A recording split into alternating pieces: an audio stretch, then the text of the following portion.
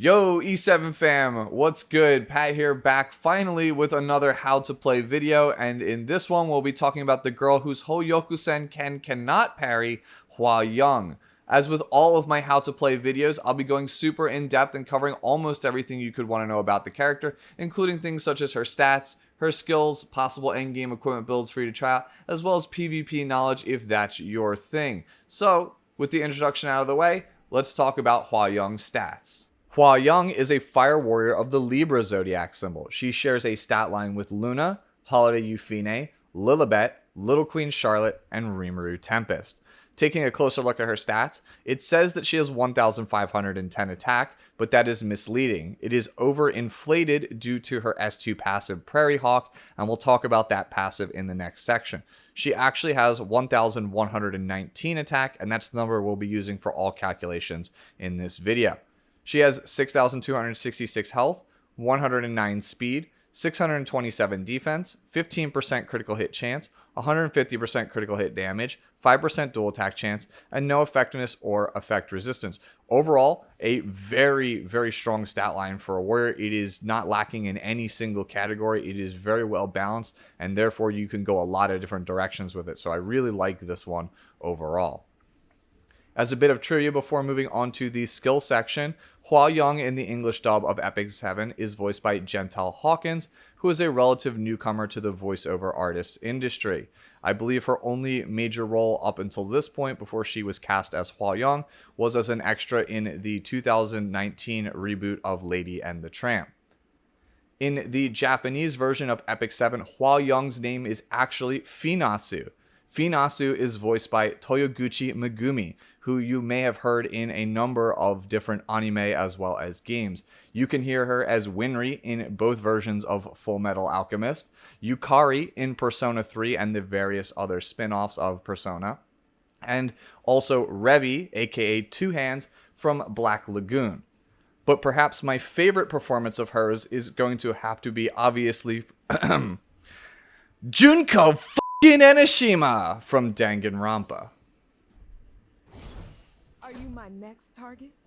Hwayoung's S1 is Supersonic Kick. It has a 0.6x attack multiplier. She attacks the enemy with a kick and increases her combat readiness by 10 to 15% depending on Molagora. This move also inflicts 50% of Hwayoung's attack as damage, ignoring 70% of the target's defense as long as she has one or more buffs, even if the attack misses. The bonus damage on this move, by the way, is no joke. Depending on how you have Hwayoung built, as well as the target of the move, this can range anywhere from an extra 2,500 to 3,500 damage on that target. And that's before we even count artifacts that inflict bonus damage, such as Uberius' Tooth. Not only does this S1 have a CR push built into it, but it strikes enemies for basically a minimum of around 5k damage to a maximum of somewhere around, say, 11k damage, depending on how you have her built, and again, things like the target's defense. And that's on a miss. We're not even talking about a hit. So yeah, this S1 is cracked. It is actually nuts. Hwayoung's S2 is a passive skill, Prairie Hawk. She cannot trigger any critical hits, but instead gains an attack increase that is 35 to 50% of her base, depending on Malagoras. Additionally, at the start of a battle and at the end of each of her turns, she gains a barrier equal to 45% of her attack. That is quite a lot, by the way. You're going to be getting roughly around, I'd say, a 2,500 to 3,500 barrier at the start of the battle, and again at each of the end of your turns, because most Hwayoungs have roughly between 6,400 and 7,300 attacks after all of their builds, their artifacts, imprints, and also this passive. So yeah, this is a really nutso passive. Not only does it give a ton of damage, but it also gives a ton of survivability. Having a 30% critical hit damage reduction is already nuts. We've talked about that in things like Archdemon Shadow, but on top of that, you get that 3k barrier literally every turn. So this character is very difficult to kill, even if she doesn't have a lot of health. Yeah, just really insane passive. Hwayoung's S3 is Monarch's Flaming Strike. You acquire 2 souls upon use, and it has a 3 to 4 turn cooldown depending on Molagora. This move has a 0.55x attack multiplier. It dispels all debuffs from Hwayoung before attacking the enemy with a 100% defense penetrating move. This move gains bonus damage versus enemies that have more health than Hwayoung. The damage increase that it gets appears to be roughly around an extra 1.5% damage for every 1% HP difference between Hwayoung and the target. This basically maxes out at roughly around 67% more HP than Hwayoung. So if they have more than 67% of Hwayoung's max health, you're going to get the maximum amount of damage on this move. As if all of that wasn't enough, she also gets immunity for 2 turns. So yeah, this move, absolutely, completely broken, super overloaded attack. It has a cleanse built in. You get a 2-turn immunity buff. It has 100% defense pen, which is double 50% defense pen. We talk about a lot on this channel how incredibly good 50% defense pen is. This is a 100 defense percent move. And on top of that, it is on a 3-turn cooldown, not a 4 like most ultimates. And it also has a damage amp, which I really want to talk about in detail. So let's take a look at the numbers for Monarch's Flaming Strike. For simplicity's sake, we are going to assume that we have a 6-star fully awoken Hwayoung in full I-90 gear with no artifact on. With that all said, the character should have 9,101 HP. Again, for simplicity's sake, we're going to say we have roughly around 6,900 attack, because this is the attack score that I'm using for the character builds in the very next section of the video. It's the one that I think most players are probably going to end up on. So again, we're going to use 6,900 attack for all of the calculations, as well as 1,200 defense for all the targets. Again, all this for simplicity's sake. With this much HP and this much attack, you can see looking at the table that she outright kills standard bulk enemies in one hit until they have at least 18,642 HP. Keep in mind, again, this is all without an attack buff and she has no artifact on. Now let's take a look at a 13,500 HP Hwayoung, which is what I used to play when she first came out until I started doing a lot of research and started filming this video. You'll notice that the move doesn't even come close to killing the enemy until they start having around 19 to 20,000 HP if I don't have an attack buff. You don't start reaching a critical mass of damage with this much HP until the target has around 21,000, which very few heroes in the game have around 21,000. They all range somewhere between 18 to 19k, or they have over 24k, which makes this a really weird HP total to focus in on. If you wanted to go higher than the minimum to survive, this is probably not the number you want to arrive on. You either want to be lower, or you're probably going to want to go even higher than this. If we compare this to the 9k Hwayoung though, you'll see that the 9k completely destroys enemies around the 12k mark all the way up to the 19k mark, which is the vast majority of where damage dealers in Epic 7 fall into. So clearly, it's not the 13k HP if we want the damage. The 9k is obviously going to be the best possible damage. So where are we going to end up? Where's the sweet spot if we want basically the best return on damage as well as having the best amount of bulk? So we will basically now look at around 12,000 HP, which is where I think that sweet spot is. As you can see, once we get to around 16 to 17k HP on the targets, we start to come very close to one-shotting them without an attack buff or things like Uberius's tooth. Once the attack buff enters the picture, however, you can see that at 12k Hwayoung will start one-shotting almost every character in the entire game until we hit around 25,000 HP. That's insane, right? Our damage is basically a stone's throw away from killing anything that's 25k HP or less. When we start factoring things in like artifacts that give bonus damage, again, such as Tooth, you'll notice that the 12k can outright kill a character pretty much no matter what, unless they have well over 25k HP and they have some form of damage mitigation. Again, this is where I think the sweet spot is, 12,000 for your Hwayoung. It has more bulk than a 9k HP Hwayoung, but it has the damage to basically be lethal for nearly every single character in the entire cast. That's not to say that the 9k HP Hwayoung is unplayable. There definitely is a use for that, and we'll talk about that in the next section.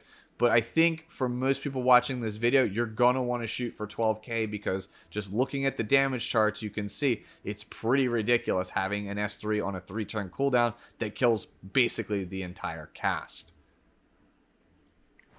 Taking a look at Hwayoung's Soulburn, it is an extra turn on Monarch's Flaming Strike at the cost of 20 souls. If you've watched any of my videos, you already know an extra turn is pretty much broken. Having an extra turn stapled to a move that kills almost everything except for the tankiest characters in the game is kind of overkill. And when we consider how strong the S1 is on Hwayoung, pretty much her Soulburn guarantees that the character is going to for sure die for the most part. It's an absolutely insane Soulburn stapled onto an already really insane character with an insane kit. When it comes to Molagora priorities, I think you want to max her passive S2 Prairie Hawk first because it gives you the most amount of damage. You really want to get that extra 15% attack because it provides bigger barriers as well as more damage to the character overall.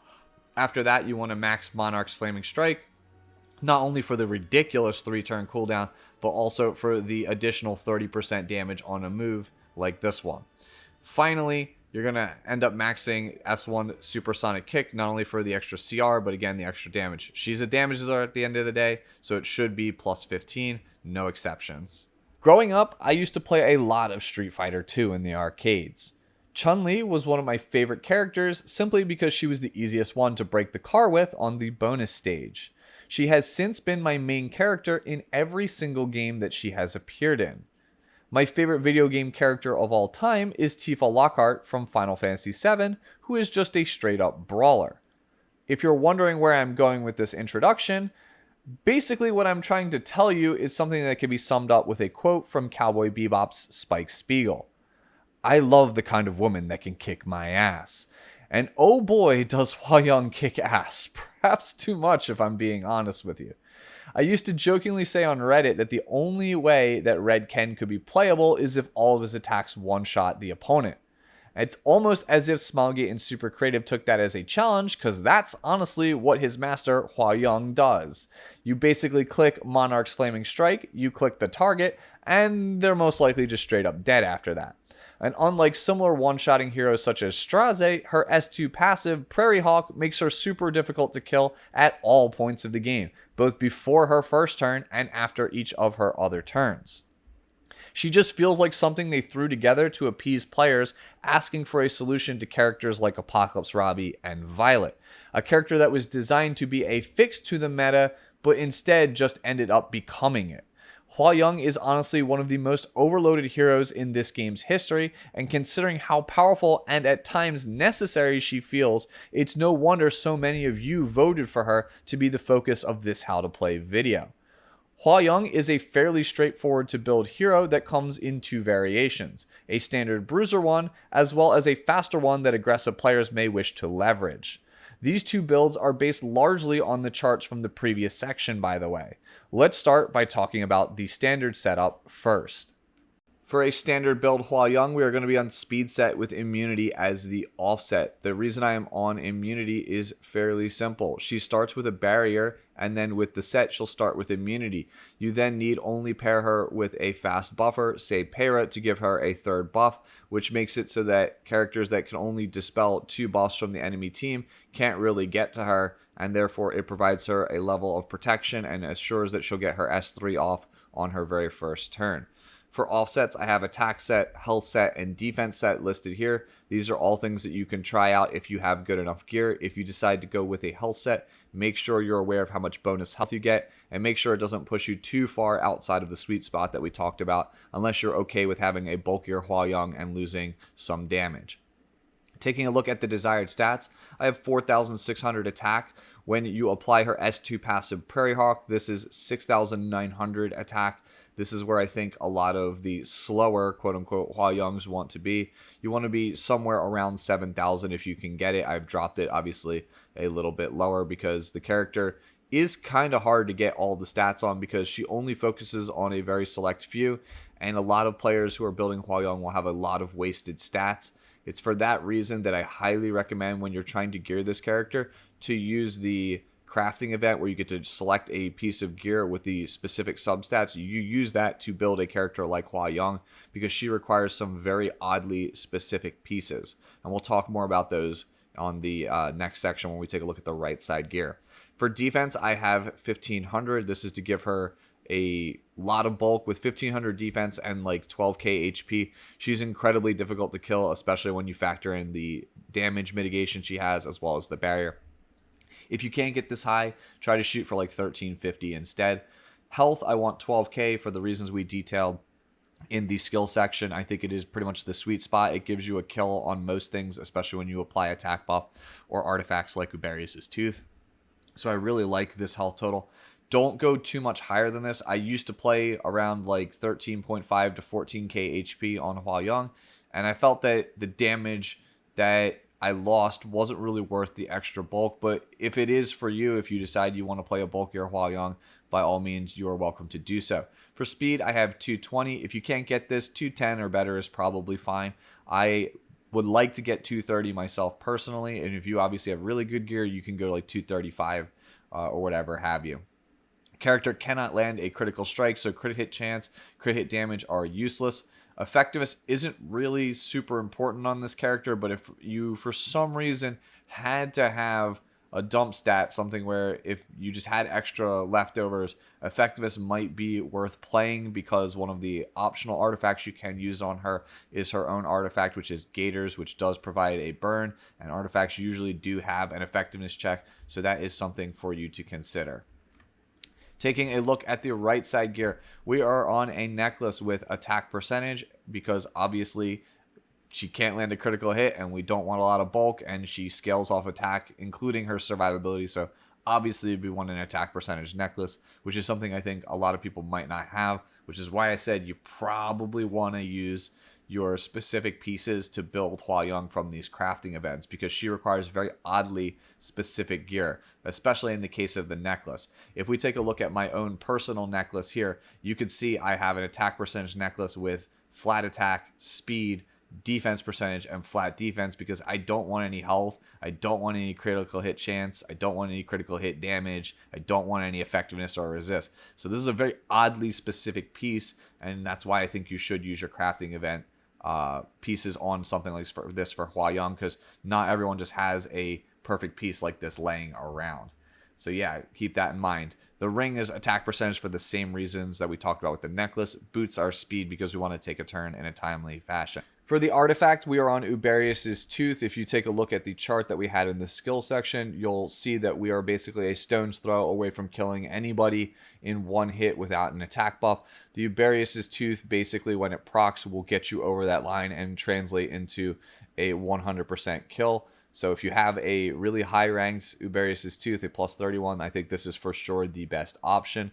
If you have her own artifact, Indestructible Gators, that is a fine option as well. I don't think it's quite as good because there are things like resist that could get in the way. The burn, for example, might get cleansed. It's just not guaranteed damage. It is technically going to be slightly higher damage than Tooth. It just has a bit more risk involved, and originally, I should say I really liked it, but since then I have come around to Tooth just being the superior option. Still a fine option if you have one and you just don't have Tooth. You can also try out Spear of Purification, which is Taeyu's new artifact. That is another one that gives bonus attack and kind of can catch your opponent off guard and let you have a very speedy Hwayoung that lets you take the first turn, or I should say the second turn, if they actually end up proccing it and take someone out of the fight immediately. Looking at the per piece average, you'll notice that I have flat attack written here. That is because you need flat attack on almost every single piece you can get it on this character. If you look at the actual range, you'll see I have 20% to 36%. 36% is the actual average percentage you need per piece, but you can get away with having the lower 20% attack and having a bunch of extra flat attack on your pieces. Really important. Every single piece needs flat attack that can get it on this character in order to meet the goals. You also have 18% defense, 8% HP, and 8 speed. Alright, let's take a look at the second build for Hwayoung, which is a speedier build, although you could still play it on attack set and make it basically the hardest hitting Hwayoung possible. The goal is the same. We're basically dropping all of the bulk stats on the character in order to get the lowest HP possible, the most amount of speed, and the most amount of attack to really kind of hammer it home. This is for very aggressive players that are here for, usually as I describe it, a fun time, not necessarily a long time.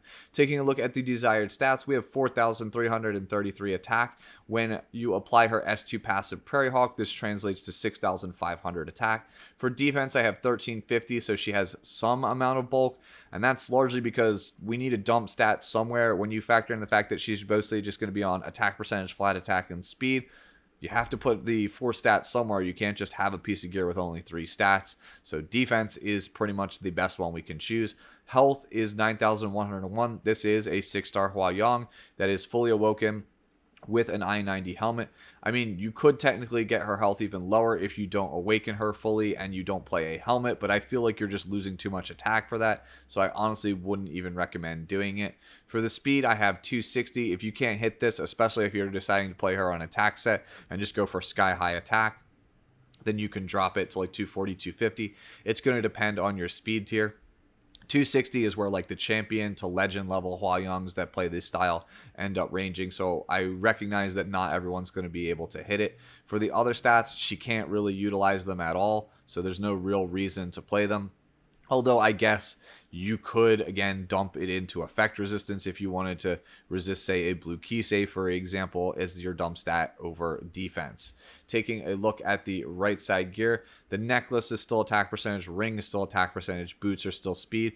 Artifact, I still think Uberius' Tooth is the best option, but again, if you don't have it, you could play Indestructible Gators, or you could play Spear of Purification. I think Spear of Purification is a bit better on this build because she's already hyper fast, so when they trigger a non-attack skill, the odds that she takes the second turn are very, very high, and you can kind of get a surprise kill with her S3. Looking at the per piece average, I have flat attack written again for the same reasons as the previous section. You want 17 to 29% attack per piece.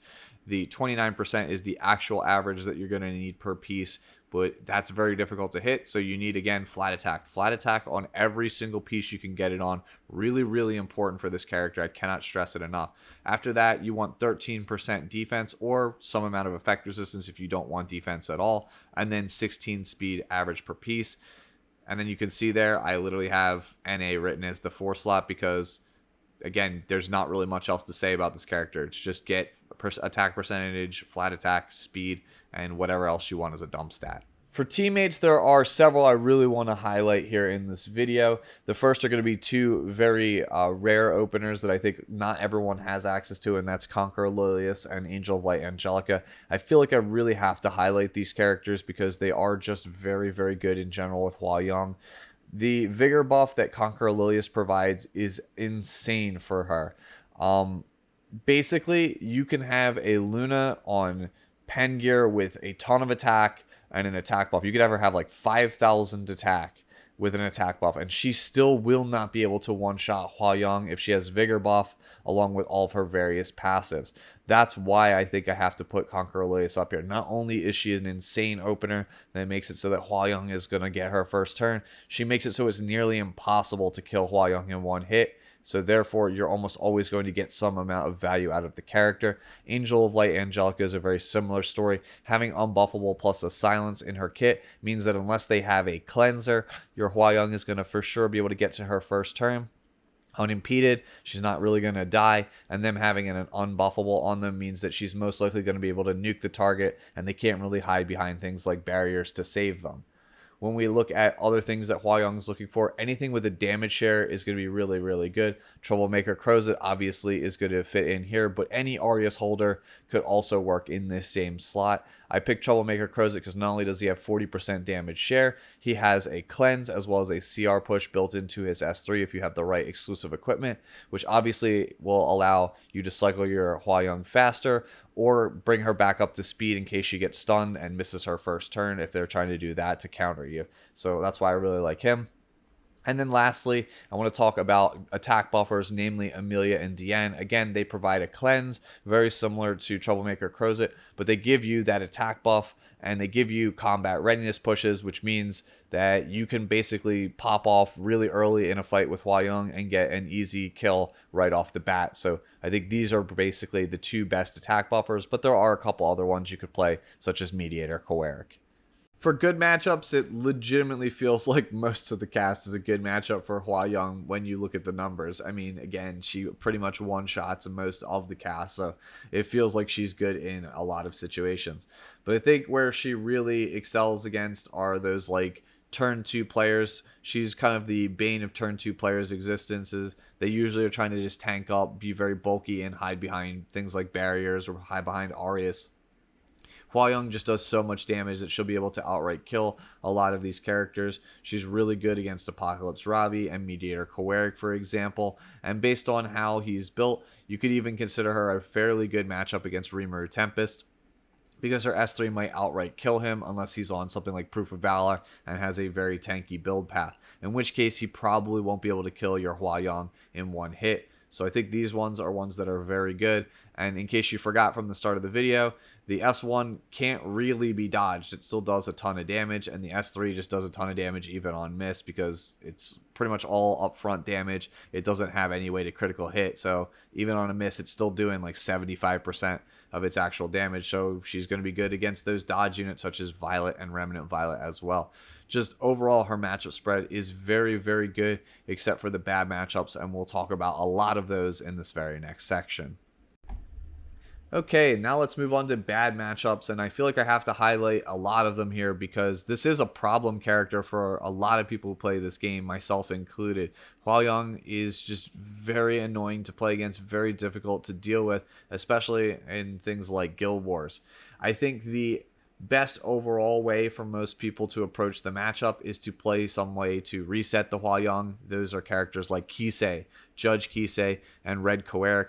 All three of these characters should be faster than even the fastest Hwayoungs and can use their various different skill sets to reset Hwayoung and make it so she can't use that ever so lethal S3 and take someone out of the fight and just snowball the game out of control. So I think these are the best ones to keep her under control.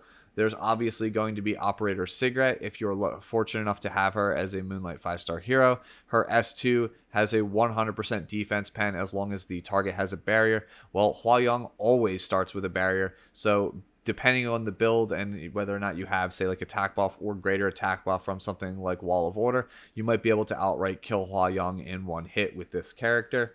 Angel of Light Angelica is not only a great teammate for Hwayoung, but also a pretty good answer to her as well. You can essentially remove the barrier from her right at the start, as well as silence her, so that way she doesn't have access to her S3, and then you can have the rest of your team wail on her before she starts to get the ball rolling. She's a little bit easier to deal with when she doesn't have that extra 3k HP barrier at the start. And again, if you can keep her silenced with Angel of Light Angelica, she should be fairly easy to end up taking out of the fight. Ran is another one that I want to highlight here, specifically Ran Cleave. One of the best ways you can actually deal with Hwayoung is to just outright cleave her. She is somewhere usually between the 220 to 260 speed range, so it should be trivial for even the slowest of Rans to basically cut in front of her. If you can secure turn 1, for the most part, you can very easily set up something like a Summer Issaria Cleave and just stun lock the Hwayoung and not have to deal with her outright. So if you're a Cleave player, any of the standard Ran or maybe even like a Para Cleave setup should work super, super well for you. And then the last one I want to talk about is Arya. I'm not a super big fan of this character, but some Arya compositions are pretty good against Hwayoung. You can basically bulk up with Arya and have the rest of your team sit behind stealth, which means that Hwayoung cannot get to priority targets, and it's very unlikely that they'll be able to kill Arya in one hit because she has the dodge chance from being off color, and then obviously she has usually a reasonably large HP total. So this is one that you could also use if you're just trying to find a way to avoid her at the start of a fight and then eventually try to pick up the win with the other characters that are on your team that she provides protection to. And that is going to do it for how to play Hwayoung. Let me know down in the comments below if there's anything that I missed, or just let me know which character you want to see me cover on an upcoming episode of How to Play. If you want to see other guides in this same style, there should be a playlist on your screen now. And finally, since I've already filled this video with a ton of Street Fighter references, let's end it on one more. We await your return, warrior.